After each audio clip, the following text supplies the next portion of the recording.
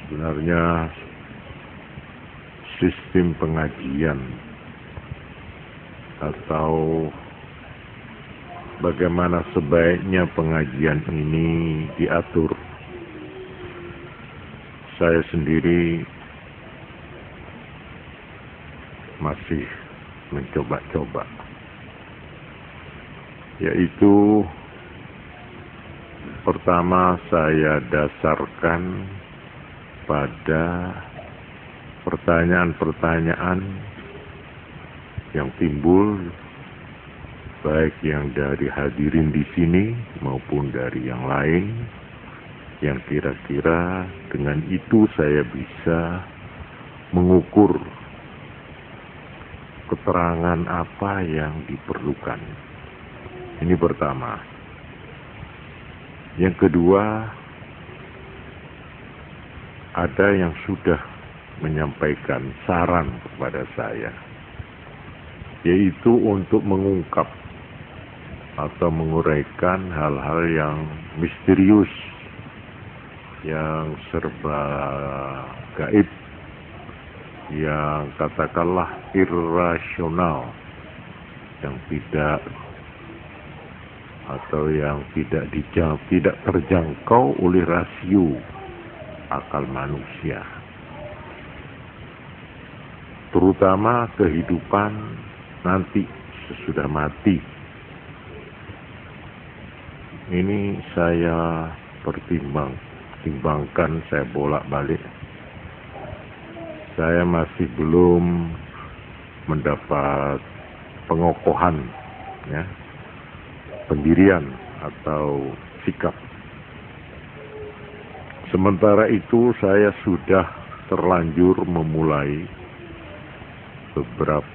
dua kali kalau saya tidak salah, yaitu uraian tentang kehidupan sesudah mati, atau dengan kata lain,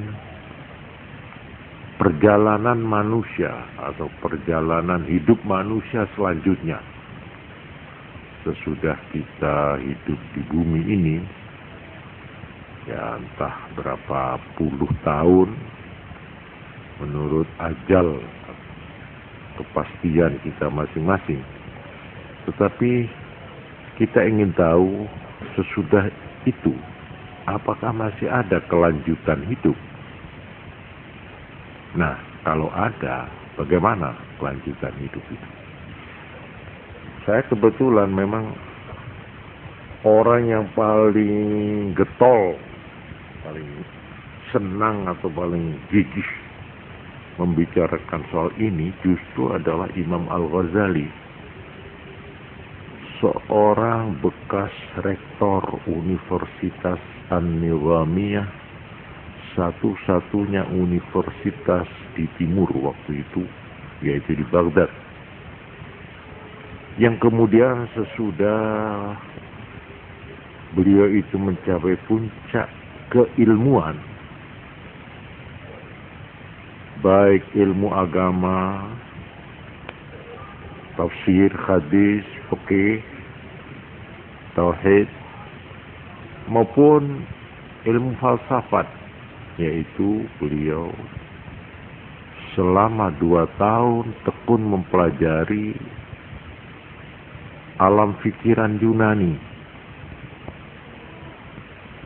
Di samping itu, beliau hidup di zaman di mana aliran-aliran ilmu dan aliran-aliran kerohanian, kebatinan itu pesat-pesatnya, sehingga beliau bingung atau kebingungan atau dibayangi keraguan.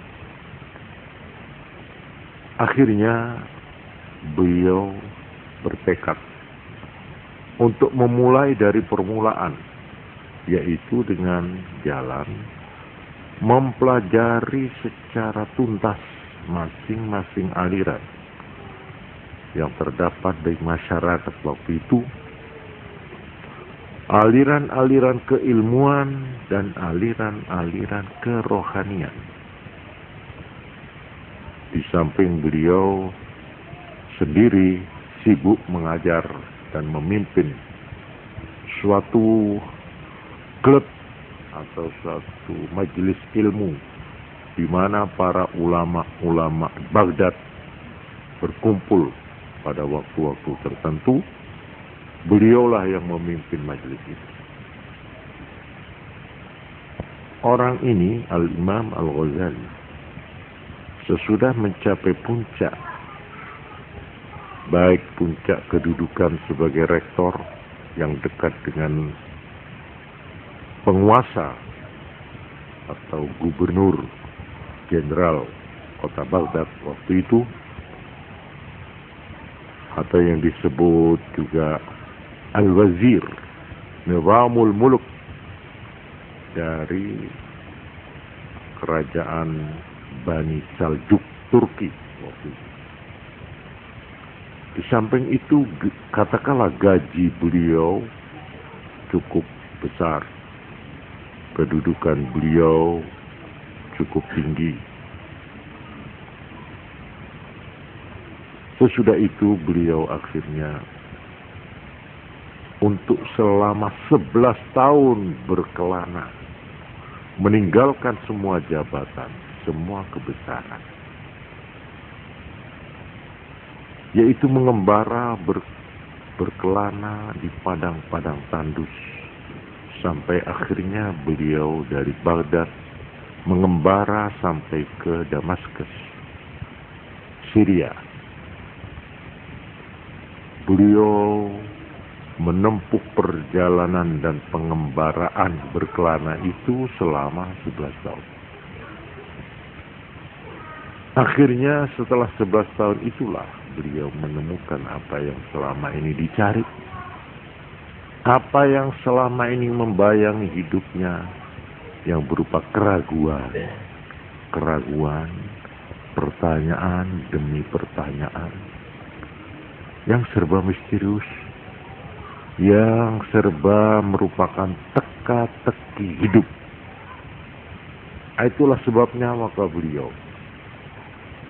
hasil yang beliau peroleh selama 11 tahun itu dibukukan dalam sebuah buku besar yang terdiri dari 40 buku yang dijadikan satu, merupakan satu ensiklopedia tentang hidup dan kehidupan ini yang disebut Ihya'u Ulumiddin, menghidupkan kembali ilmu-ilmu agama. Itu judulnya, nama dari buku besar, himpunan dari seluruh pengembaraan beliau selama 11 tahun. Ditambah dengan pengalaman-pengalaman sebelum itu selama beliau menjadi rektor di Universitas Nizamiyah Baghdad. Jadi, menurut hemat saya, uraian-uraian beliau ini cukup representatif, cukup bonafide, cukup dapat dipercaya, cukup dijadikan bahan pertimbangan dan pemikiran kita. Oleh karena beliau bukan orang tanggung-tanggung. Beliau seorang ilmuwan. Bahkan kalau kita lihat bagaimana penilaian ulama-ulama terhadap Imam Al-Ghazali, ini hampir semua ulama menilainya sebagai orangnya, orang ahli ilmu ketuhanan Islam, teologi Islam, atau ilmu kalam, atau ilmu tauhid. Itu menganggap beliau Imam Al-Ghazali sebagai salah satu tokoh besar dalam bidang ilmu tauhid. Ini golongan tauhid. Golongan ahli hukum Islam atau yang dikenal fikih, fuqaha, beliau pun disejajarkan dengan tokoh-tokoh besar di kalangan ahli fikih atau fuqaha itu. Sejajar dengan nama Ibnu Hajar, Imam Nawawi, imam-imam yang lain ya, itu SH, sarjana hukum Islam. Beliau pun dimasukkan dalam kelompok ini oleh mereka sendiri. Ilmu kalam, ilmu tauhid, ilmu tasawuf, ilmu kerohanian Islam, beliau pun dimasukkan salah satu tokohnya oleh mereka sendiri, ulama-ulama tasawuf. Beliau dianggap sebagai tokoh berat di dalam bidang tasawuf. Yang hebat lagi, di kalangan golongan ahli falsafat Islam, filosof Islam, macam Ibnu Sina, Al-Farabi, beliau Imam Ghazali juga dimasukkan salah satu di antara deretan filosof atau filosof atau ahli falsafat Islam yang terkemuka. Ini beliau. Nah, buku yang besar yang merupakan yang terdiri dari 40 kitab itu dijadikan satu, disebut kitab Ihya. Nah, di sini antara lain saya lihat ada bab pada jilid terakhir, Al-Babus Sabi' fi haqiqatil maut wa ma yalqahul mayyitu fil qabri bila nafkhatis sur. Bab yang ke-7 dari kitab yang terakhir menerangkan tentang hakikat mati. Apa itu nyatanya, senyatanya, sejatinya yang namanya mati. Wa ma yalqahul mayyit, dan apa yang akan dihadapi oleh yang disebut mayyit, orang mati, fil qabri, di dalam alam barzah, alam kubur, terus bila nafkhatis sur, sampai ditiupnya sangkakala, yaitu mulai orang itu mati, lalu nanti sesudah beratus-ratus ribu tahun mungkin dibangkitkan kembali, tulang belulangnya yang sudah hancur direkatkan kembali, dipulihkan kembali sehingga utuh, lalu dibangkitkan dari alam, dari kuburannya masing-masing, kemudian mengalami masa yang disebut hari terakhir, al-yaumul akhir, atau disebut hari dibangkitkan dari kubur, disebut yaumul qiyamah, hari kiamat. Kiamat itu artinya berdiri, bangkit dari kubur. Dan dikatakan al-yaumul akhir, hari terakhir, oleh karena inilah hari yang terakhir dari dunia. Sudah itu nggak ada lagi hari.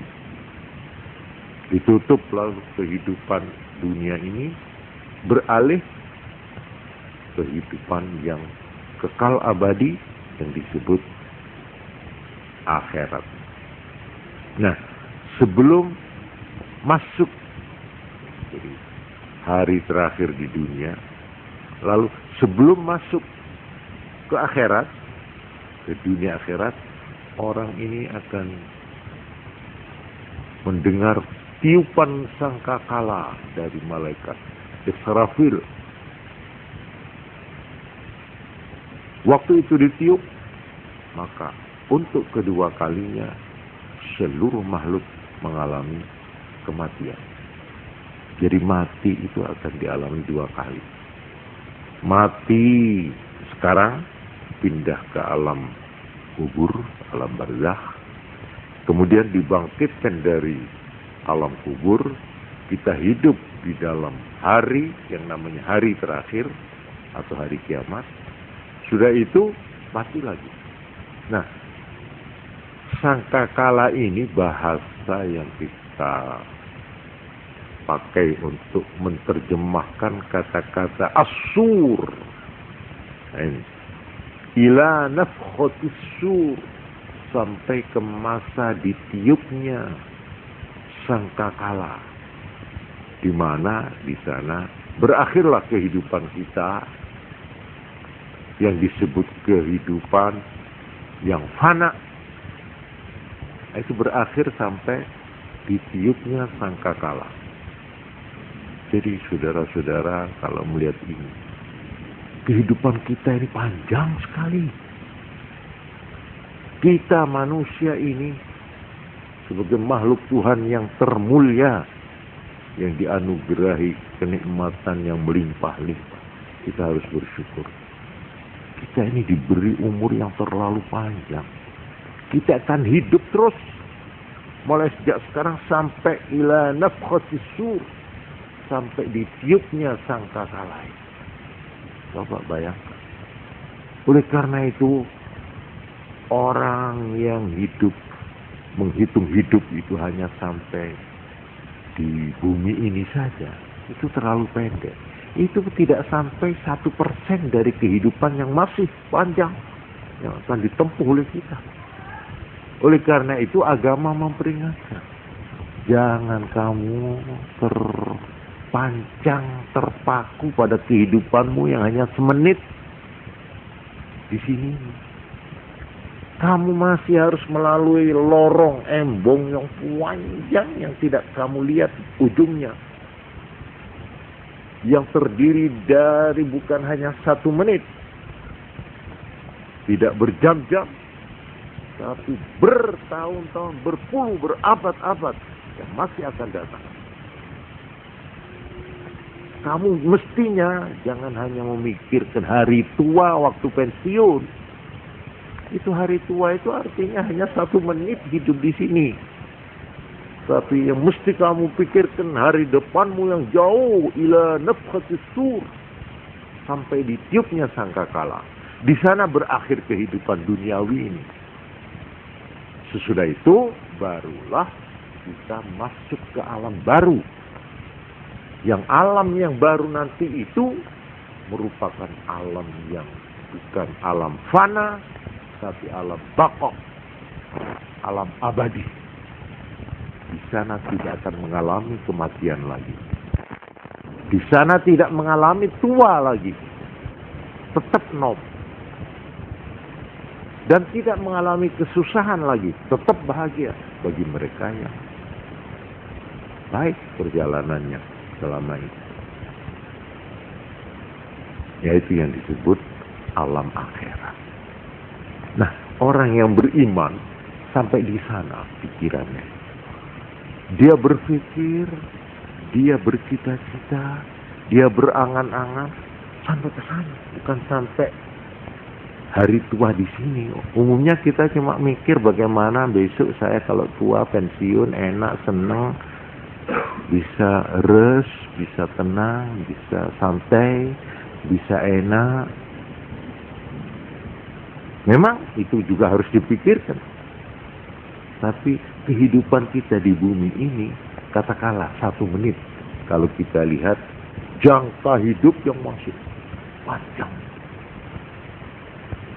Untuk melihat masa yang akan datang inilah Imam Ghazali bersedia dengan bersusah payah mengumpulkan baik dalil-dalil dari Quran, dari hadis. Sebab kita tidak akan tahu apa yang akan terjadi besok kalau tidak mendapat petunjuk dari yang membuat segala-galanya, pencipta agung, yaitu Tuhan sendiri. Tuhan yang beritakan ini ya, kan besok mati, mati ini. Ini perjalanan diteruskan. Nabi membantu memberikan penjelasan gini. Asalnya sekarang percaya enggak kamu? Tak percaya, sudah. Sampai di sini sudah stop. Habiskan umurmu, kebahagiaanmu, kesenanganmu di sini aja. Di bumi ini saja yang 1 menit ini. Silakan. Silakan. Mimbar.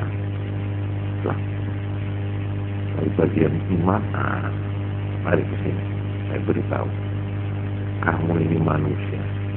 Makhluk yang oleh Tuhan sudah ditetapkan. Kamu adalah makhluk yang abadi. Makhluk yang tidak akan sirna selama-lamanya. Tidak sirna. Kamu akan abadi. Dan akan mengalami hidup abadi nanti. Yaitu dalam alam abadi yang disebut alam akhirat. Percaya enggak? Percaya. Bahagia. Sekarang bersiaplah untuk mencari bekal. Bagaimana saya bisa menyambung hidup saya sampai ke sana itu. Ila nafkhatus sur, sampai tiupan sangkakala itu. Fatazawwaju, maka berbekallah. Fa inna khairaz zadi taqwa. Karena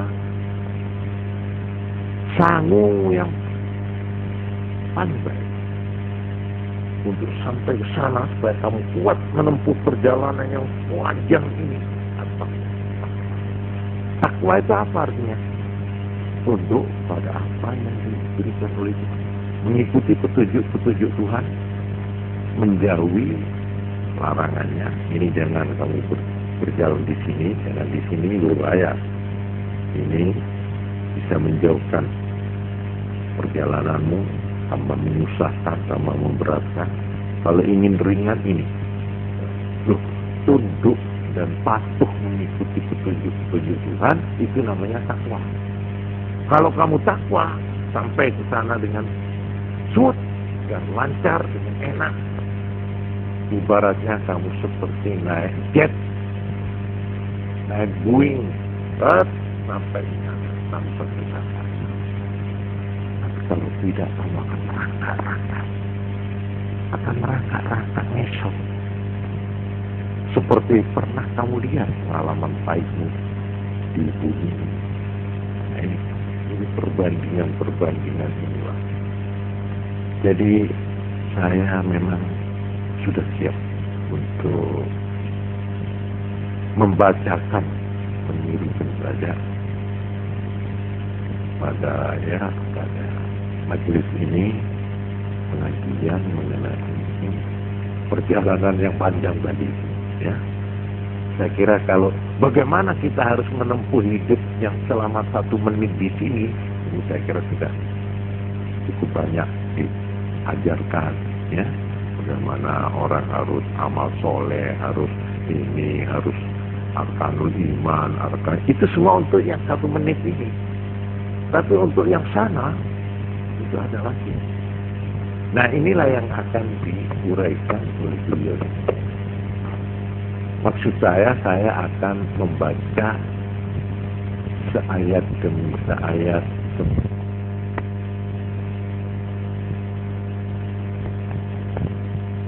untuk tidak mengemukakan komentar saya, opini saya, pendapat saya, konklusi saya. Pokok saya di sini ini tidak ingin saya ikut sertakan. Saya hanya jadi corong saja. Cuma menirukan saja. Setuju, tidak setuju, pertimbangkan nanti. Ini uraian beliau. Al-Imam Al-Ghazali yang saya katakan tadi, seorang bekas rektor Universitas An-Nizamiyah. Yang tadi itu sudah saya terangkan. Siapa beliau itu? Ini satu.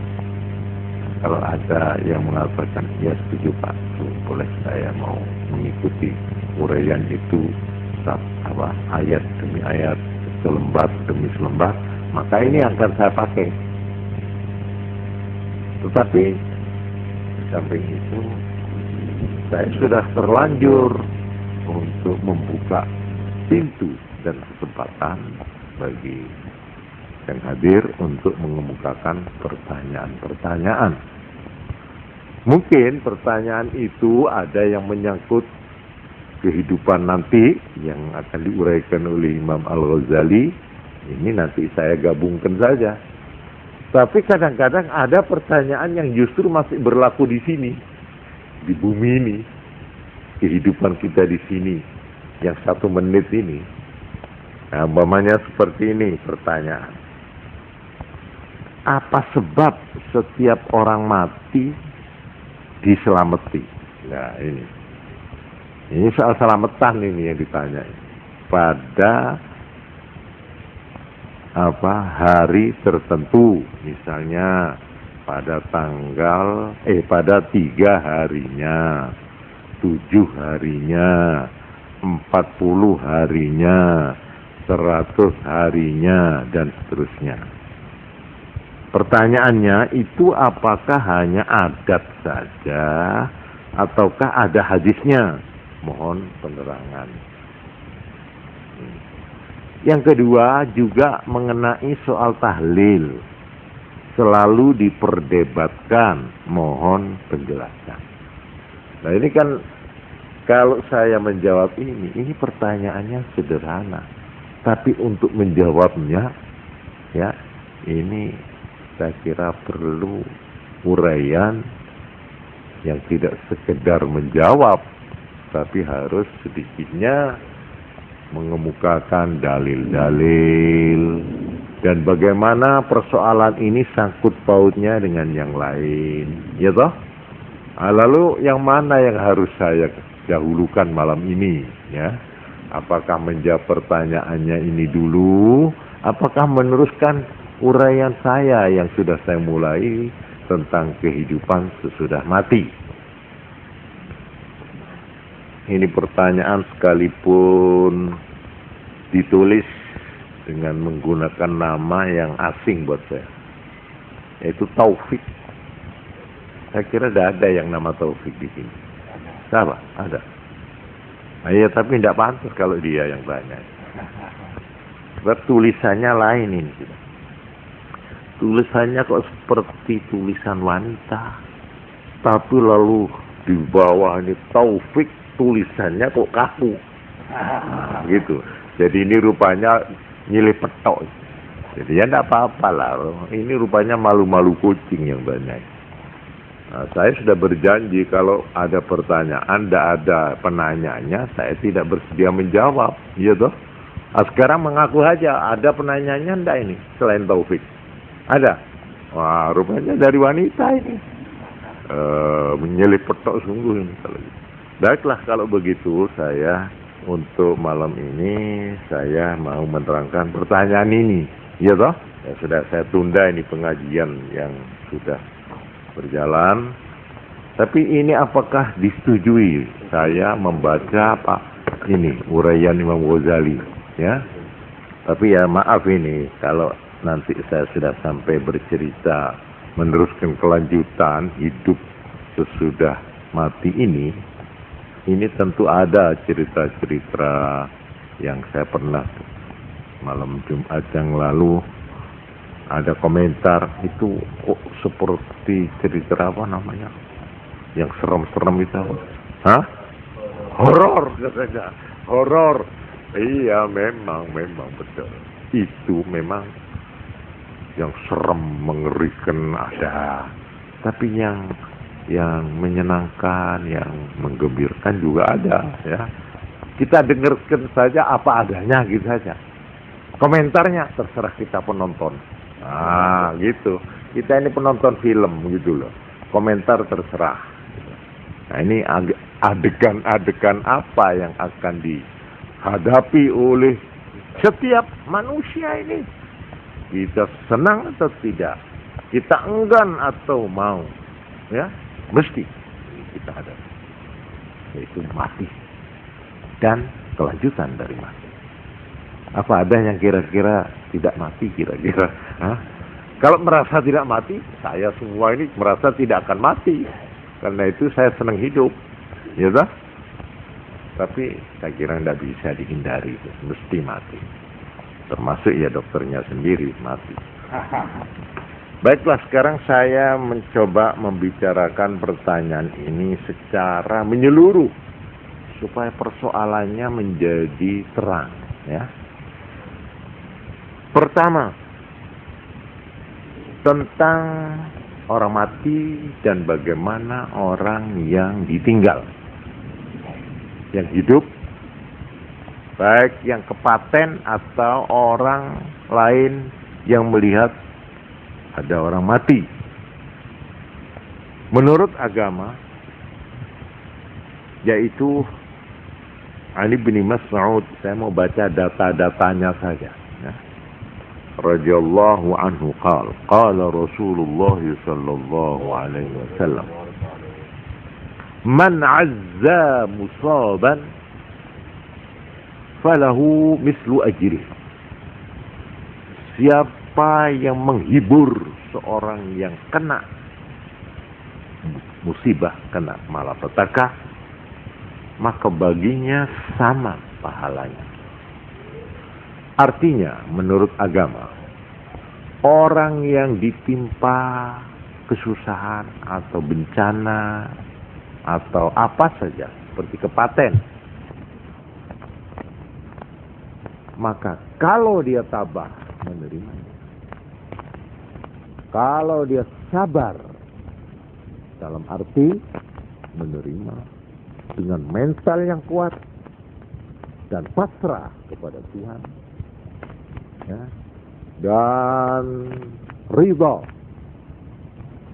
Tuhan telah memperlakukan dia begitu, itu dia ridha, rela, dengan mengharapkan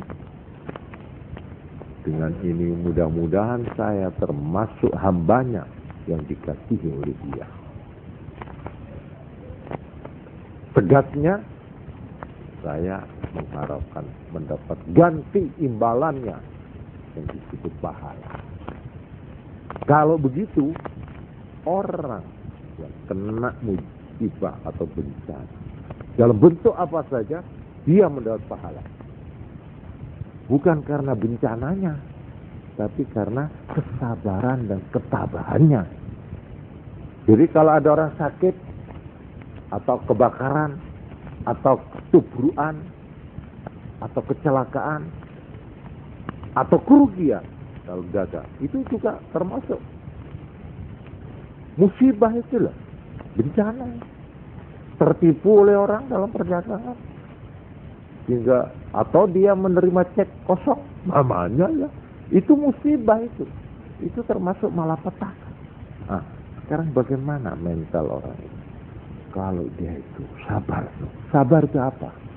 Sabar itu artinya tidak ada shock, tidak ada kegoncangan sehingga dia pingsan, atau dia lalu grogi, atau dia lalu hilang kesadarannya, atau apa itu, tidak normal lagi pikirannya. Nabi bersabda, innamas sabru 'inda as-sadmatil ula. Yang namanya sabar itu justru pada pukulan pertama.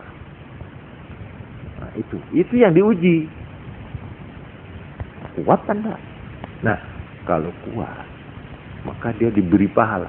Pahalanya orang kuat menahan ini, di dalam Quran dikatakan, innama yuwaffas sabiruna ajrahum bighairi hisab. Hanya orang yang tabah-tabah menerima bencana ini lah yang akan dibalas oleh Allah tanpa hitungan. Berapa? Jangan tanya berapa, terserah saya nanti. Itu kata Allah, ya. Karena itu nilai orang yang tabah menghadapi musibah itu digambarkan oleh Ibnu Abbas. Pernah saya beri keterangan, ya. Sabar itu ada 3, ya toh? Ini peranan kita itu, baik kita yang hadir, artinya di keliling mayit itu, maupun orang yang kepaten itu sendiri. Ini yang mau dilihat oleh Tuhan ini. Sabar 3 ini. Sabar ala ta'ah. Sabar melaksanakan tugas, kewajiban. Sampai di mana dia? Sampai tuntas apa mandek di tengah jalan? Ini. Itu namanya sabar dalam arti kontinu, tabah, konstan, ya, sampai tuntas. baik itu dalam arti menjalankan tugas agama, ya, maupun tugas-tugas lain. Ini dinilai di situ. Wah, orang ini boleh, pegawai yang bagus, atau ini pemimpin yang bagus, ini tokoh yang baik. Karena dia kalau sudah menerima tugas, dia tidak akan berhenti sebelum selesai. Ya toh? Nah, ini dinilai, ini ketabahan ini juga oleh Allah dinilai. Ini satu. Ini menurut Ibnu Abbas nilainya 300 derajat. Ini untuk perbandingan saya, 300 derajat. Ada lagi orang yang digoda. Tengah menjalankan tugas, dia digoda. Macam-macam rayuan yang mau menyelewengkan perjalanannya. Nah, ini yang disebut maksiat itu. Atau durhaka kepada Tuhan, penyelewengan, manipulasi, ya, korupsi, komersialisasi dan segala sisi-sisi yang tidak baik itu, ya. Itu penyelewengan dalam bahasa agama disebut maksiat. Jadi maksiat itu durhaka menentang perintah Tuhan, tidak taat pada Tuhan, itu maksiat. Ya, maksiat itu adalah bentuk besar, ada yang sedang, ada yang kecil, itu tergantung, ya. Tapi segala penyelewengan itu namanya maksiat. Ini justru yang akan membelokkan taat tadi itu. Menjalankan tugas dinilai 300 derajat. Lalu rayuan-rayuan untuk nyeleweng, menyimpang dan sebagainya, kalau kita tabah, ya, untuk tetap bertahan, tidak mau dirayu, ya, umpamanya ini ketabahan ini dinilai 600 derajat. Jadi nilainya lebih tinggi dari tadi, iya toh? Kita menjalankan tugas, terus dirayu, tidak mempan, jalan terus. Tahu-tahu kita ketiban apa? Ketiban, umpamanya ada pohon tumbang lah, katakanlah, ya, tumbang. Kita kan mau tidak mau, tidak bisa mengelak itu. Mabrek. Atau sedang naik motor menjalankan tugas, dirayu-rayu tidak mau, akhirnya selip, umpamanya. Nah, ini kan namanya hal-hal yang tidak terduga. Ini musibah. Ini namanya musibah. Tapi sekalipun kita kena musibah, kita sampai mobilnya selip, membentur tepi jalan, bawahnya rusak. Bagaimana sikap mental kita? Masih tetap ingat tugas untuk meneruskan perjalanan, apa lalu nangis di situ? Terus bunuh diri di situ? Terus putus asa di situ? Menghadapi musibah ini dinilai kalau kita berhasil tabah 900 derajat. Inilah nilai agama. Ini semua sabar. Yang pertama sabar menyelesaikan tugas dinilai berapa? 300 derajat. Ini untuk sekedar perbandingan saja, ya. Kita dirayu-rayu, digoda untuk tidak meneruskan perjalanan ini. Kita lawan, kita tabah bertahan, kita dinilai 600 derajat. Kalau kita mendapat kecelakaan tiba-tiba yang mendadak, ya, entah kita apalah, ya, tabrakan apa, ya itu seperti kepaten, ya. Tahu-tahu kita bersama istri kita mati, dadak di mobil itu loh. Aduh, lah kok mati, kok dadak, ya opo gitu loh. Saya opo nih, tugasmu itu mau kau teruskan apa enggak? Iya. Loh, kalau iya kamu itu dapat nilai berapa? 900. Ini loh, gagahnya orang yang tetap sekali tugas itu harus saya selesaikan. Orang yang bersemboyan begini, ini nilainya di mata agama. Inilah orang yang innama yuwaffas sabiruna ajrahum bighairi hisab. Orang ini akan mendapat imbalan dari Allah tanpa hitungan. Nah, sekarang kita kembali, ada orang kepaten. Nah, di sini kita yang melihat peristiwa ini, kecelakaan, bisa merasakan betapa terpukulnya orang ini. Kalau dia kemanten baru, betapa. Kalau dia sudah beranak, justru karena banyak anaknya itu, betapa susahnya. Iya toh? Memikirkan anaknya sakurat. Ya. Ini apa ditinggal bapak itu mama bapak itu iya toh. Yang masih Joko juga begitu.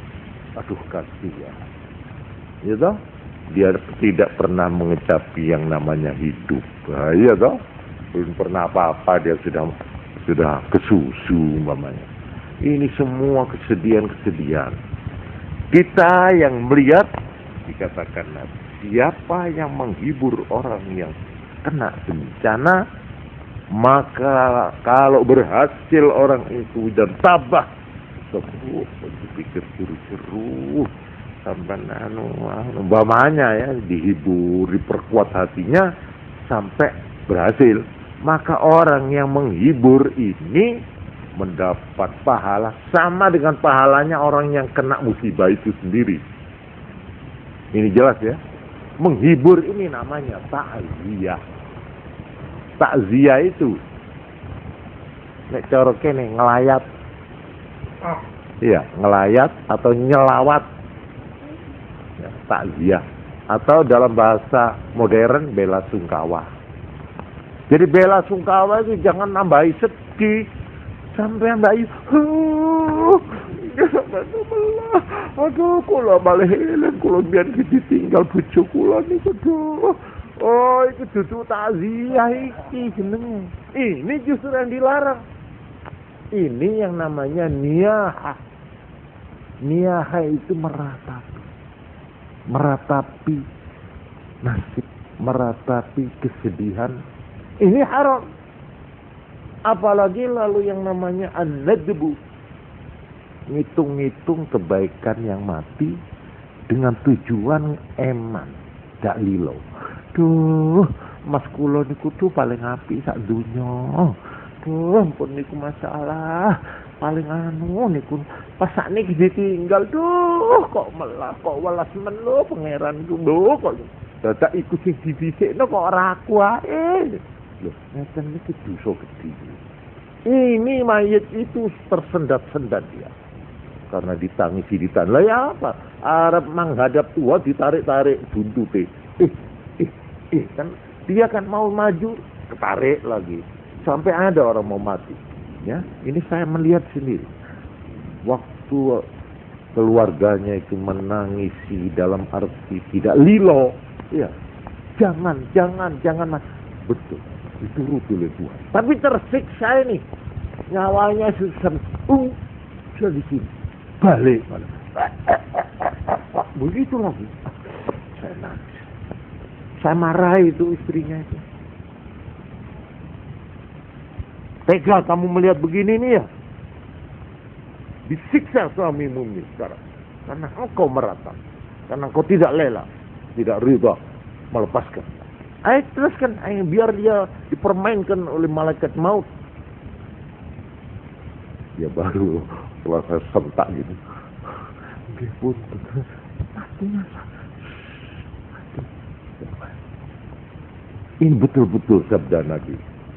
Bahwa orang mati itu akan disiksa karena diratapi oleh keluarganya, oleh famili. Diratapi dalam arti apa? Tidak rela dicabut, ya, diambil oleh Tuhan, tidak mau, tidak boleh. Itu yang haram. Nah untuk ini dipakailah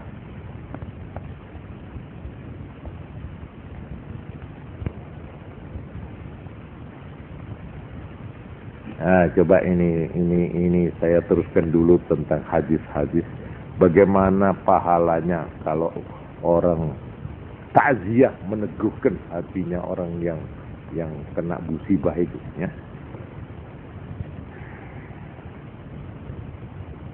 Man azza sakla kusya burda atau barza. Hadis dari Abi Barza. Siapa yang menghibur janda, orang yang kehilangan suami atau anak, dia akan diberi pakaian kebesaran oleh Tuhan. Dalam hadis yang lain, ma min mu'minin yu'azzi akhahu bi musibatin. Tidak ada seorang yang beriman yang mentakziah, menghibur saudaranya karena malapetaka, illa kecuali kasahullahu azza wa jal, nanti dia akan diberi pakaian oleh Allah min hulalil karamah, dari pakaian kebesaran yaumal qiyamati, pada hari kiamat. Jadi takziah ini termasuk perintah agama. Jadi nyelawat atau apa?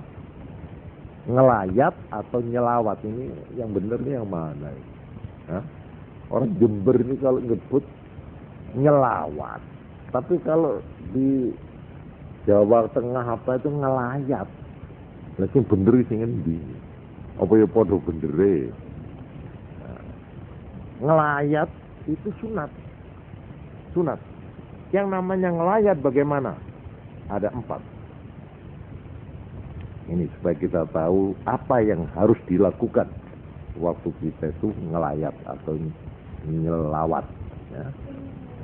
1, hiyal amru bis sabri, yaitu menganjurkan supaya tabah menghadapi.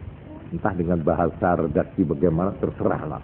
Bagaimana orang yang kepaten itu supaya tabah menghadapi musibah ini. 1. Walhamlu alaihi biwa'dil ajri wat tahdhir minal wizri bil jaza, memperingatkan janji pahala dari Tuhan buat mereka yang tabah, dan memperingatkan orang itu ancaman Tuhan kalau sampai dia menyesal, gelo, tidak terima, ngersulo, dan sebagainya. Ini memperingatkan bagaimana agama memberikan pahala kalau tabah, sebaliknya kalau ngersulo, bagaimana ancaman. Ini yang kedua yang harus. Nomor 3, wad-du'a lil mayyit bil maghfirah.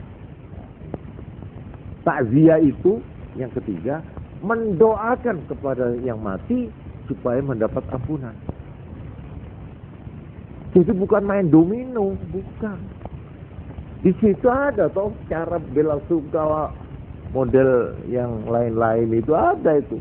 Situ lalu ketawa-ketawa, main-main, minum-minum, mbak main. Itu nggak tempat cara agama Islam lo ya. Mestinya kita doakan malahan. Kita harus membaca doa. Doa kepada mayit ini supaya mendapat ampunan. Hadisnya ada ini, yaitu yang pernah saya baca, idza hadartumul mayyita ya atau mariban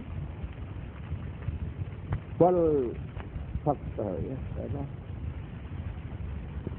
faqulu khairan fa innal malaikata yu'minuna ala ma taquluna ya.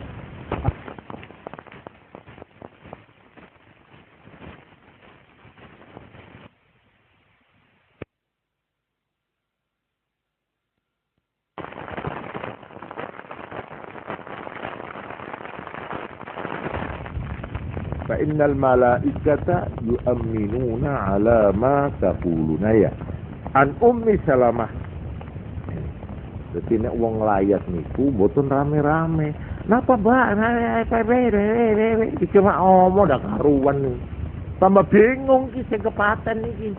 Endi sing mikir bojone mati, endi mikir ana tamu sing guneman terus takon sing ndak.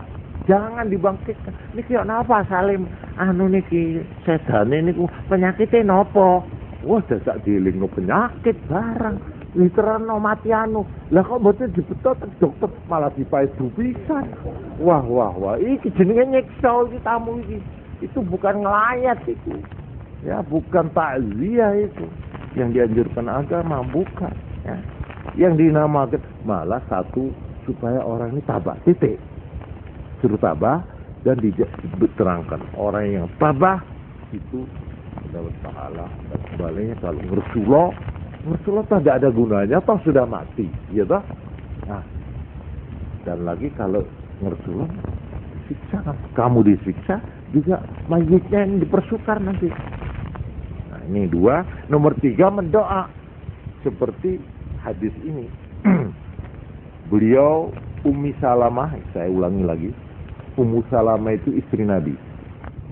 Cerita begini, Nabi pernah bersabda, "Idza hadartumul maridha," kalau kamu menghadiri orang yang sakit parah, awil mayyita atau orang mati, faqulu khairan, maka ucapkanlah kata-kata yang baik.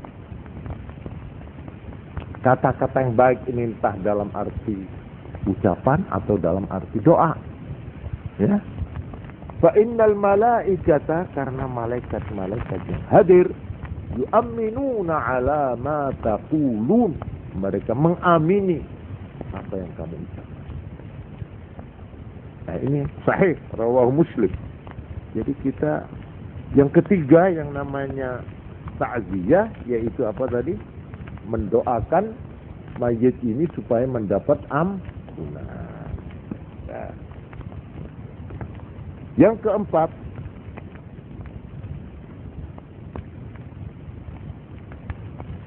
walil hayyi bijabril musibah, mendoakan yang hidup, istrinya atau suaminya yang masih hidup, doakan mudah-mudahan dia dapat imbalan, dapat ganti, dapat perlindungan dari Allah yang lebih baik daripada ketika yang mati itu masih hidup. Jadi kita mendoakan yang hidup, ya bukan mendoakan supaya lekas-lekas dapat suami baru, bukan, atau lekas-lekas mendapat istri baru, bukan. Jangan begitu, nah itu menusuk perasaan itu, ya nggak kena itu. Tapi kita mohon begini, ya Allah, yang dicabut suaminya atau istrinya ini, ya mudah-mudahan olehmu jangan engkau kurangi perlindunganmu, perlayananmu, ya terhadap dia. Bahkan kami mohon, lebarkanlah rezekinya karena dia sekarang sudah kehilangan. Itu yang betul. Banyak orang perempuan ini saat kita ini, ketika ada suaminya, hidupnya itu biasa. Orang semua khawatir waktu dia ditinggal suaminya, dia akan menderita. Justru sebaliknya, rezekinya dibuka oleh Allah. Sehingga dia itu ketika suaminya ada, malah ganti rezeki dia perempuan ini. Ya entah aja saja, malah diparingi cukup. Adik-adiknya itu, anak-anaknya, oh bisa dikawinkan semua dengan cara yang di luar dugaan. Ini betul, saya berani menjadi saksi. Saya cuma malu mau menyebut siapa-siapa janda yang begitu itu. Tapi saya banyak itu menyaksikan. Jadi Allah subhanahu wa ta'ala bukanlah zalim. Tuhan tidak kejam kalau dia mencabut suami orang itu atau istri orang itu. Ada hikmah. Justru ini sendiri merupakan testing ujian iman toh. Nah inilah, jadi saya makalah di sini ada suatu lafal yang secara bahasa Arabnya begini, yang perlu diucapkan. Ini boleh diingat-ingat ini ya. Azzamallahu ajrak atau a'zamallahu ajrak. Ini kalau kita berbela sungkawa kepada orang kepaten, a'zamallahu ajrak, mudah-mudahan Allah memberi pahala ibu dengan pahala yang besar. Ini satu, a'zamallahu ajrak wa ahsana izzaka, dan mudah-mudahan Allah lebih baik menghibur engkau. Terhadap malapetakamu itu engkau akan mendapat hiburan dari Allah yang lebih baik. Wa ghafara limayyitik, dan mudah-mudahan Allah mengampuni orang yang matimu, artinya mayitmu yang mati. Wa jabara musibatak, dan mudah-mudahan malapetaka atau musibahmu ditempel oleh Tuhan. Ibarat bolongnya ini ditempel oleh Tuhan. Au akhlafa alaik, mudah-mudahan kamu diberi ganti imbalan yang lebih baik. Tapi ya jangan disebut mudah-mudahan dapat suami yang baik, jangan. Yaitu saya sendiri, jangan begitu. Itu dosa itu. Orang susah-susah kok malah diintip-intip. Nggak boleh, itu free kick gitu namanya. Ya. Jadi inilah ucapannya 3 ini, ya. Mudah-mudahan engkau mendapat pahala yang besar, ya, atas musibah ini. Mudah-mudahan Tuhan akan memberikan hiburan, penenang. Mudah-mudahan jenazah atau mayitmu, yaitu suamimu atau anakmu, akan diampuni dosanya oleh Allah. Dan mudah-mudahan malapetakamu ini sekaligus tuntunan agama kalau takziah, ya kan? Takziah itu hanya dianjurkan sebelum lewat 3 hari sesudah mati. Jadi dari mati itu tidak boleh lewat 3 hari. Itu sunat mendapat pahala. Kita takziah melakukan bela sungkawa itu batasnya berapa? 3 hari. Ini yang baik dan sunat. Hari berkabung itu adalah 3. Masih bisa masih sedih, ya. Nah, lebih dari 3 hari makruh. Lebih dari 3 hari kurang baik. Jadi mamanya sudah 1 minggu, ada orang datang. Oh Mbak Yu, sampean kepaten. Iya 1 minggu. Aduh ya. Oh ini membangkit ini. Mengingatkan lagi, saya sudah terhibur. Sampai mewek-mewek saya nangis lagi nih. Nah ini malah tidak baik kalau ini. Karena itu diberi batas. Bela sungkawa itu hanya berapa? 3 hari. Ini ada kata-kata 3 hari. Kemudian ada lagi sabda Nabi Muhammad sallallahu alaihi wasallam. Waktu Ja'far ibnu Abi Thalib itu apa namanya? Misananya Kanjeng Nabi gugur. Itu keluarganya dalam keadaan prihatin bela sungkawa. Nabi lalu bersabda kepada sahabat-sahabat, isna'u li'ali Ja'far ta'aman. Bikinlah makanan untuk keluarga Ja'far. Waqad ja'ahu ma yashghaluhum, karena telah menimpa mereka yang membuat mereka sibuk, membuat mereka prihatin. Ini hadis hasanahu Tirmidzi wa sahhahahu al-Hakim. Jadi pada waktu keluarga Ja'far itu kepaten, itu tetangga-tetangga dianjuri oleh Nabi supaya mengantarkan makanan ke rumah itu. Karena orang yang kepaten itu sudah tidak sempat untuk memikirkan makannya, ya, memasak-masak dan sebagainya. Jadi inilah asal mula atar-atar itu, ya, adat istiadat yang berlaku. Kalau ada orang mati, ada yang bawa beras, ya kan? Ada yang bawa gula, ada. Ini hadis ini, ya. Ini hadis sahih di mana Nabi menganjurkan kalau letterleknya disuruh bikin masakan yang sudah matang, suruh antarkan pada keluarganya Ja'far yang masih kepaten itu, karena waktu itu keluarganya itu sibuk memikirkan yang mati itu. Nah, maka oleh karena itu, ya, Sekarang timbul pertanyaan, bagaimana kalau orang yang kepaten itu sendiri sudah ditimpa kesusahan, kepaten masih harus menyiapkan makanan, masih harus dia itu bersusah payah masak untuk menghormat mereka yang ngelawat atau ngelayak tadi itu. Bagaimana?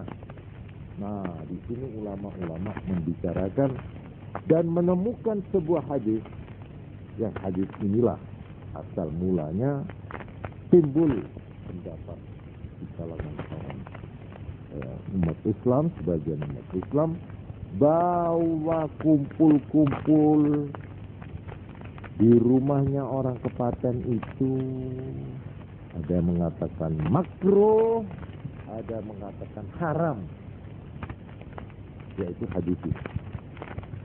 Rawal Imam Ahmad wa Ibnu Majah bi isnadin sahih an Jarir ibn Abdullah al-Bajali qala kunna na'uddu al-ijtima'a ila ahli al-bait wa san'ahum at-ta'am minan niyah. Kami sahabat-sahabat Nabi, ini kata seorang sahabat namanya Jarir ibn Abdullah al-Bajali, na'uddul ijtima, menganggap kumpul-kumpul ila ahli al-bait, yang punya rumah, yang kepaten itu, wa sun'ahum at-ta'am, dan mereka membuat makanan, menyiapkan makanan, itu kami anggap atau kami hitung minan niyaha, termasuk niyaha. Apa niyaha? Niyaha itu yaitu ngersulo, meratapi yang mati dalam arti gak terima. Jadi ditafsirkan di sini niyaha wa wajhu 'addihi minan niyaha ma fihi min shiddatil ihtimami bi amril hazan aw bi amril huzn. Dari sudut mana kok dianggap ini sebagai suatu niyaha? Oleh karena terlalu memperdalam dan terlalu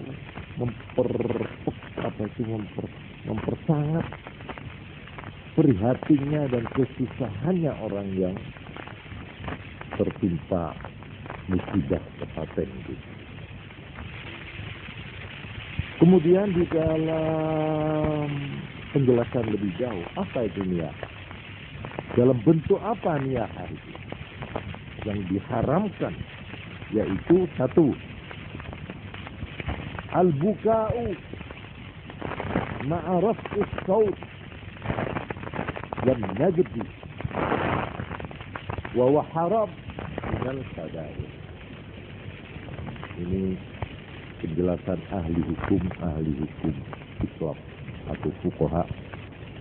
Yang dimaksud niyaha ialah menangis dengan mengangkat, menyaringkan suara, bengok-bengok, melolong-lolong, ya. Jadi, nangis yang keras, itu niyaha. Itu tandanya tidak terima itu. Aduh, kok bapak itu kok ditinggal aku, kok mentolokkannya. Loh, ini tidak boleh, ini haram dan termasuk dosa besar, ya. Wan najdi, ngitung keapiannya uang itu. Jadi kebaikannya itu hilang sekarang karena mati. Itu disesali, ditangisi, dirata begini, ini niyaha. Ini kan tidak menerima, no artinya. Nah, ini yang haramkan ininya loh. Ini satu. Nomor dua, wasyakku saubin wa mislih. Wasyakku saubin, merobek-robek baju. Aduh, pamannya itu sambil merobek-robek kudungnya, iya. Atau terus apa? Gak kotrek-kotrekan fotonya dirusak ini, lemari ini gini, ini haram ini. Ini termasuk niyahah, tidak terima ya. Juga wa misluhu lasmul khudud, nampilingi itu, gepui. Dijabak-jabak itu. Aduh, aku udah ini mati. Ini dosa, ini dilarang. Ya, tidak usah selamatan, begitu aja haram begitu dah. Gulung kuming bamanya ya, dosa itu. Itu yang si mayit tersiksa itu. Karena dia digodeli oleh keluarga. Wa nashrul sya'r, dan ngure-ngure rambut itu udah digelung dia. Sumrawut kabeh sampai telek rupanya. Ada lagi di sini wa taswidul wajhi wasiyab, membikin hitam mukanya, dicoret-coret namanya, ya, wasiyab dan bajunya. Gitu sebarang. Aku jangan turun aku lagi. Gamangan aku. Apa itu? Ini tidak boleh begini. Ini yang niyahah. Ini yang dilarang. Jelas ya? Haram itu. Jadi Kanjeng Nabi Muhammad sallallahu alaihi wasallam menegaskan soal yang dimaksud niyahah ialah dalam sabdanya, laisa minna, tidak termasuk kita. Mambarabal khudud, siapa yang menempilingi, memukul pipi. Wasyaqqal juyub, dan merobek-robek sak. Saknya itu dirobek-robek. Wada'a, dan bengok-bengok bid'awal jahiliyah, dengan seruan-seruan yang tidak berbau agama. Jahiliyah. Ya, entah dengan cara, oh kenapa adik mendahului aku, mamanya. Bukankah baru kemarin kita di jembatan, mamanya. Oh apa itu? Nggak boleh itu. Apa kata-kata apa itu? Loh ini Pak, ini kesenian ini Pak, kesusastraan, deklamasi terakhir katanya. Tidak usah deklamasi aja. Itu yang dinamakan wada'a da'wal jahiliyah, yang tidak berbau agama Islam. Betul. Wa qala sallallahu alaihi wasallam, an-naihatu idza lam tatub, orang yang niyahah, artinya orang yang melolong-lolong, yang nangis-nangis tadi itu, idza lam tatub, apabila dia tidak bertobat, tuqamu yaumal qiyamah, dia akan dibangkitkan di hari kiamat. Wa 'alaiha sirbalun min qatiran, dia akan pakai baju terbuat dari qatiran, wa dar'un min jurab, pokoknya dia akan disiksa berbaju aspal yang panas, ya, dan diberi siksaan lah pokoknya orang yang niyahah. Artinya dengan ancaman ini berarti orang yang niyahah itu termasuk dosa besar, bukan haram saja, dosa besar. Orang melolong-lolong ya sampai gulung kuming, mukul-mukul mukanya terus seperti orang edan, itu termasuk dosa besar. Apa maksudnya? Intinya apapun perbuatan yang yunafir ridha bil qada'i wal qadar, yang menunjukkan tidak rela menerima takdir Allah. Ya, musibah ini diterima dengan rasa jengkel, dengan rasa marah kepada Tuhan. Kenapa suami saya, kenapa istri saya diambil?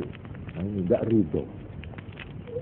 Ini yang penting, wa yadullu 'alal jaza', dan menunjukkan atas rasa kecewa, wasukhut, dan marah. Ini yang dilarang. Sudah jelas ya. Nah, tadi sahabat Jarir bin Abdullah Al-Bajali mengatakan, kumpul-kumpul di rumah mayit dan membuat makanan itu kami anggap sebagai niyahah.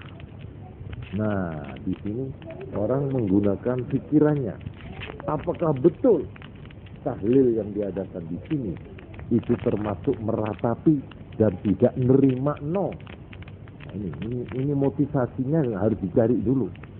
Apakah justru mereka itu dengan tahlil itu berdoa memohonkan ampunan? Nah, di sini. Karena itu akhirnya ulama mengatakan paling netral makruh. Paham sudah ya? Paling netral makruh. Jadi orang kumpul-kumpul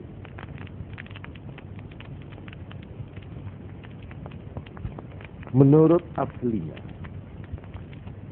qala al-'allamah Ahmad ibn Hajar fi Tuhfatil Muhtaj li Syarhil Minhaj, wa yusannu li jirani ahlihi ayil mayyit tahyi'atu ta'amin yusbi'uhum yawmahum wa laylatahum.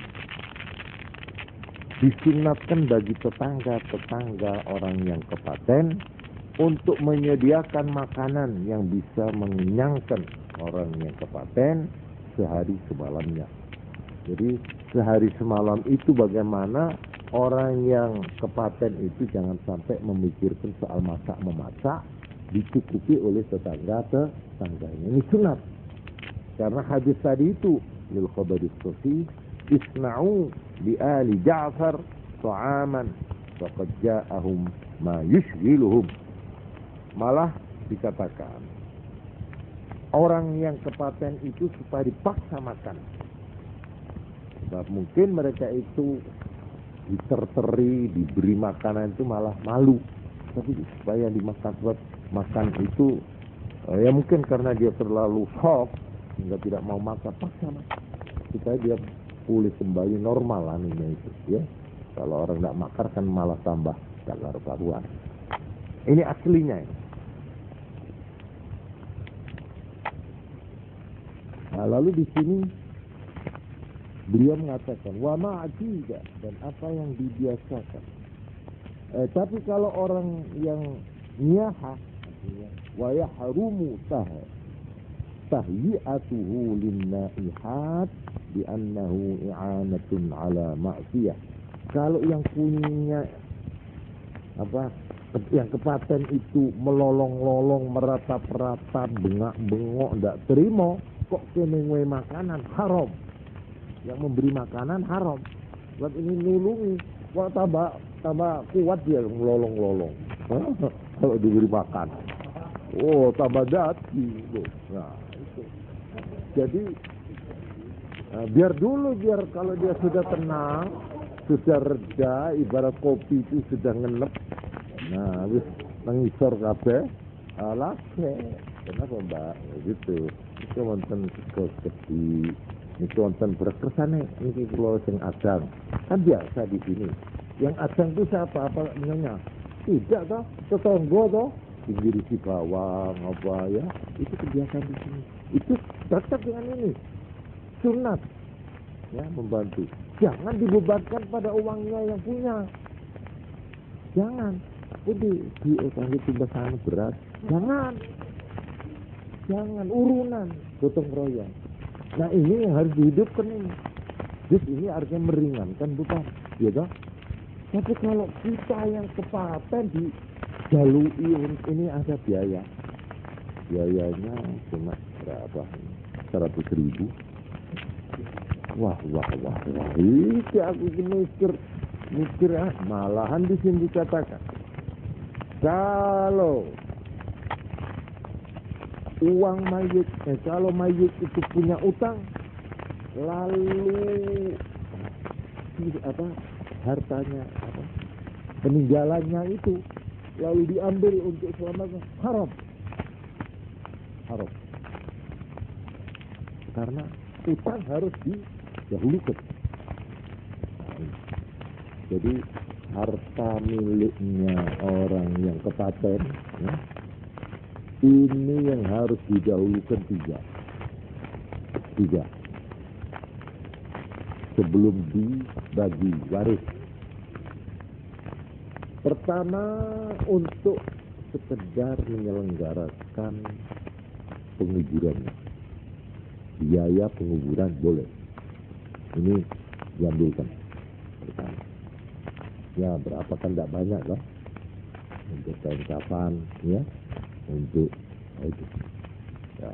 Syukur kalau ini tidak bisa dikeluarkan umpamanya dari gotong royong anak-anaknya atau keluarganya, lebih baik. Terus yang kedua, utang harus dilongi dulu. Jadi uangnya berapa? Namanya katakanlah 10 juta. Nah, sekarang pinjamannya pada bank berapa? Kepada berapa? Harus dikurangi. Katakanlah sampai umpamanya tinggal 2 juta. Yang 8 juta untuk membayar utang. Harus, tidak boleh itu. Kalau dia berkewajiban zakat dan belum zakat, harus dikurangi zakatnya. Sebelum diwaris. Jadi tidak boleh terus merem, ayo anaknya 3 terus dibagi. Nggak boleh. Nggak boleh, itu nggak sah. Harus, kasihan itu nanti ini dikepuin, nanti kuburan itu loh. Punya tanggungan itu dia gitu. Masa kita mau menari-nari di atas penderitaan orang tua kita? Ya, karena itu kalau kita menjadi ahli waris, hendaklah tahu diri, ya. Jadi kita itu dahulukan kepentingan mayit. Satu, bagaimana dia dapat ditanam sampai seperlunya diambilkan. Yang kedua, utangnya harus diselesaikan. Jangan kesusu dibagi, karena itu biasanya pembagian waris itu nanti kalau sudah berapa harinya gitu loh ya, entah 100 harinya, entah berapa harinya, pokoknya sudah perhitungan utang-utang itu sudah selesai. Nomor 3, apakah dia itu punya tanggungan zakat atau enggak? Kalau dia kaya loh, kalau punya tanggungan zakat ya harus dikeluarkan dulu zakatnya. Malah ada lagi keempat, apakah dia sudah berkewajiban haji apa belum? Kalau dia sudah berkewajiban haji tapi belum dikerjakan, juga harus. Nah itu karena itu ada yang menghajikan orang mati kan ada itu. Nah itu caranya sudah murah ya, artinya gampang. Tidak harus orang itu diongkosi dari sini langsung ke sana, tapi harus orang yang sudah haji, ya. Tapi bisa orang yang di sana kita hubungi, orang penduduk sana, orang yang sudah mukim di Mekah, kita minta untuk melakukan haji atas nama si mayit. Nah, ongkosnya lebih murah di sana. Itu yang namanya apa sekarang? Amanat haji. Ada atau? Ya. Itu karena menganggap yang mati itu punya tanggungan, mestinya wajib haji, tapi belum dikerjakan. Nah, ini nanti saya kemukakan dalil-dalilnya. Ya, sudah itu barulah ini waris. Sudah jelas ya? Kalau sudah waris berarti sudah menjadi berpindah milik, bukan mayit lagi, tapi yang punya adalah ya ini ahli waris. Si A dapat ini, B, C sudah dibagi, cek. Kemudian sekarang umpamanya atas persetujuan dan izin dari anak-anak ahli waris yang sudah dapat bagian masing-masing, iya, mereka lalu ingin bersedekah, mengadakan doa bersama. Ini tahlil itu, ya. Ini sekarang saya tanya, apakah harta uang yang dipakai itu uangnya mayit? Bukan lagi dong. Ini uangnya siapa ini? Ahli waris kita. Sekarang ahli waris bermaksud untuk bersedekah. Boleh apa enggak ini? Jadi dijawab dulu. Nanti saya kemukakan dulu. Jadi yang dilarang yaitu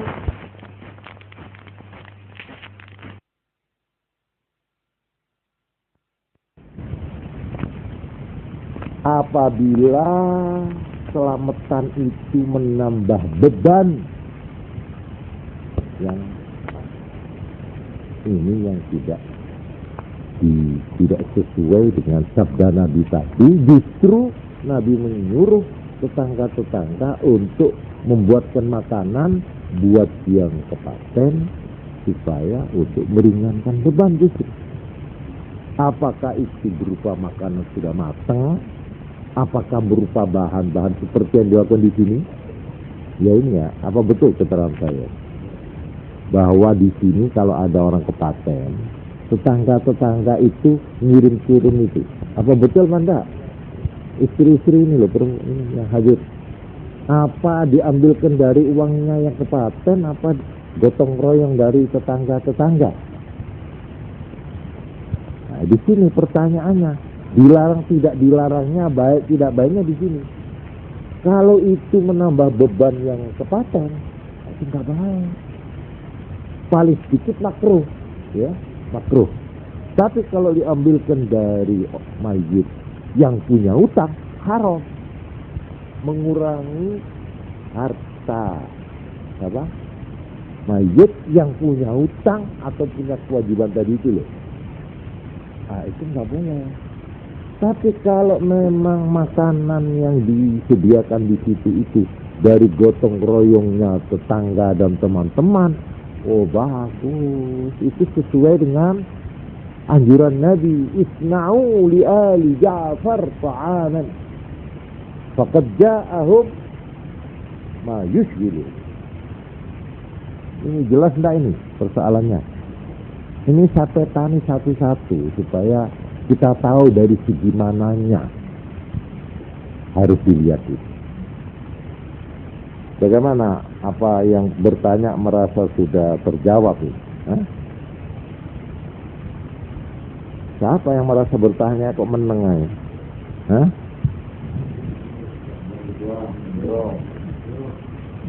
Ya apa? Nah, sekarang saya bertanya kepada hadirin. Apakah orang bertahlil titik beratnya itu apa? Nah ini kita harus teropong dulu. Jangan kita melihat persoalan itu secara letterlek, secara lahiriah, secara kulit. Orang kumpul-kumpul, orang kumpul dan kumpul itu ada macam-macam. Kalau kumpulnya di situ meraung-raung, melolong-lolong, meratap-ratap, lalu diperintahkan ada acara nangis. Loh ada nih. Masya Allah nih, saya jangan dikira bohong ini. Ada orang luar ini kalau saat ada nih kur nangis juga ada. Malah pakaiannya diatur begitu rupa, anak-anak buahnya itu ponakannya apa dengan pakaian begini, gitu. Diikat kepalanya terus ini. Masa nangis dibikin-bikin gitu. Itu nggak boleh itu, nggak boleh. Tapi sekarang saya tanya, orang tahlilan itu apa tidak ada acara nangis bersama? Ada? Tidak ada doh? Tidak ada. Yang ada apa? Baca Yasin, gitu? Terus la ilaha illallah, kan gitu.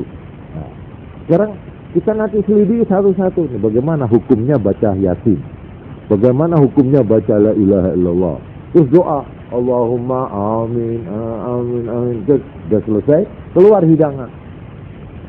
Nah, sekarang hidangan dari siapa ini?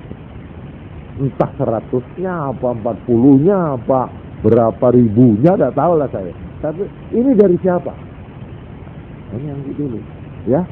Apakah dari anak-anaknya? Apakah dari istrinya? Ya, kenapa kok sampean menyuguh sedekah? Saya ingin bersedekah untuk yang mati. saya yang mengeluarkan sedekah, pahalanya biar dia dapat.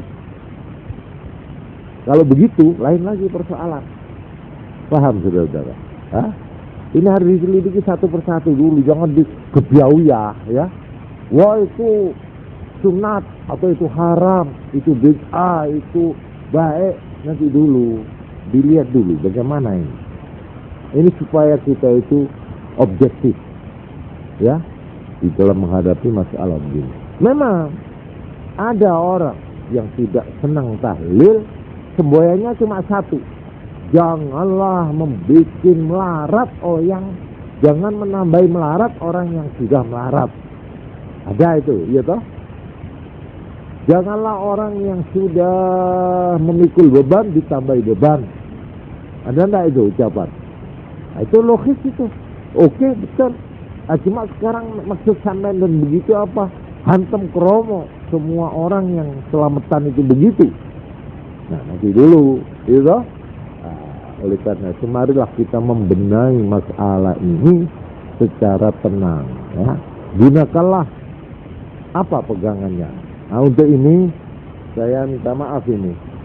Saya terpaksa tidak bisa meneruskan atau menuntaskan keterangan malam ini ya.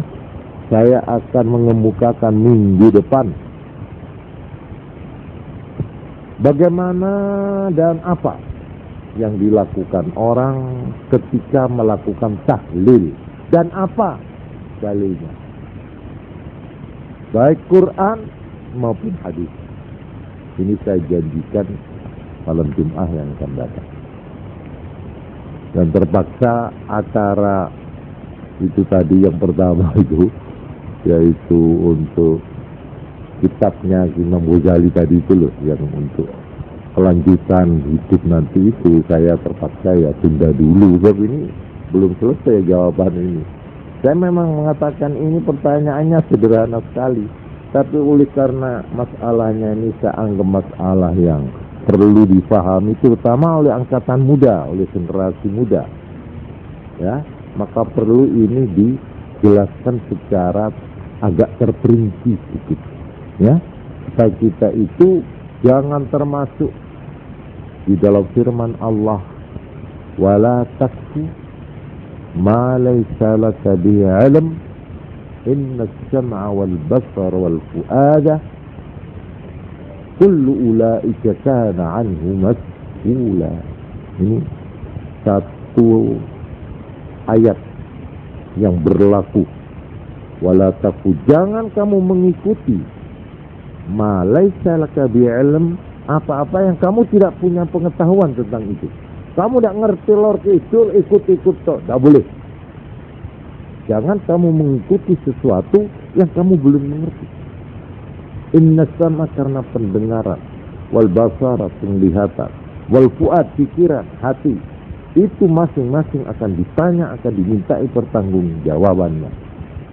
Jadi seorang Islam tidak boleh melakukan sesuatu, apalagi mengenai agama, yang orang itu belum tahu, lika-likunya belum tahu, bagaimana itu hukumnya, bagaimana keterangannya, nggak boleh. Apalagi buat orang-orang yang mengerti. Kita ini bukan termasuk ya setengah awam lah kita ini ya.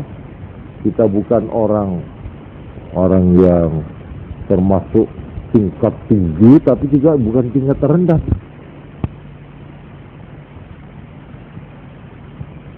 Kita itu mengerjakan sesuatu tanpa mempunyai pengetahuan atau tanpa mempunyai pegangan, apalagi masalah agama. Oleh karena itu saya insyaallah minggu depan saya akan mengemukakan apa alasannya mereka yang mengadakan tahlil, apa yang namanya upacara tahlil, nyatusi apa itu, hitung dinanan ya, yang ditanya itu 7 hari, ada lagi apa 40 hari, 100 hari, ada lagi haul ya, haul itu apa itu Pak, mohon diterangkan. Nah, insyaallah mampu saya ya akan saya coba menjawabnya minggu depan. Mana? 7 ya. Ya, kita akhiri saja, dan saya kalau ada keterangan yang kepreset atau yang terlanjur kurang baik pada pendengaran atau keliru dan atau menyinggung, ya, saya mohon maaf, ya. Dan kalau keliru dan tahu kekeliruan saya, mohon diperbaiki. Pokoknya saya minta dikoreksi. Dan saja, kurang lebihnya saya mohon maaf. Assalamualaikum warahmatullahi wabarakatuh.